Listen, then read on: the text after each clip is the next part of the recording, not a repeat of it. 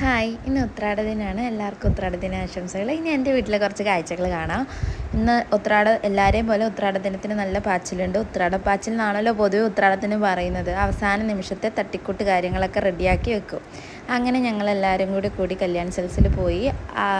കുറേയൊക്കെ അമ്മ നാട്ടിൽ നിന്ന് വന്നപ്പോൾ കൊണ്ടുവന്നിട്ടുണ്ടായിരുന്നു കുറേ ഡ്രസ്സൊക്കെ. ഞങ്ങളുടെ വകയായിട്ടുള്ള കാര്യങ്ങളൊക്കെ വാങ്ങാൻ വേണ്ടി ഞങ്ങൾ പോയി. കല്യാണിലൊക്കെ കയറി. ഇത് പുതിയ കല്യാൺ സിൽക്സാണ് പട്ടാമ്പിയിൽ. അത്യാവശ്യം കുഴപ്പമൊന്നുമില്ല. എല്ലാ റേഞ്ചിലുള്ള ഡ്രസ്സുകളും ഉണ്ട്. തപ്പി നോക്കി നമുക്ക് ഇഷ്ടമുള്ള പോലെ അവർ എത്ര വേണേലും എടുത്തിട്ട് തരുന്നുണ്ട്. സർവീസ് നന്നായിട്ടുണ്ടായിരുന്നു. അങ്ങനെ കിഡ്സിൻ്റെയും നമ്മുടെയൊക്കെ കാര്യങ്ങളൊക്കെ റെഡിയാക്കി അതൊക്കെ കഴിഞ്ഞു. ഇപ്പം ഏത് ഡ്രസ്സ് കടയിൽ കയറിയാലും നമുക്കറിയാം, നമ്മൾ കുറേ നേരം അവിടെ നിന്ന് പോവും.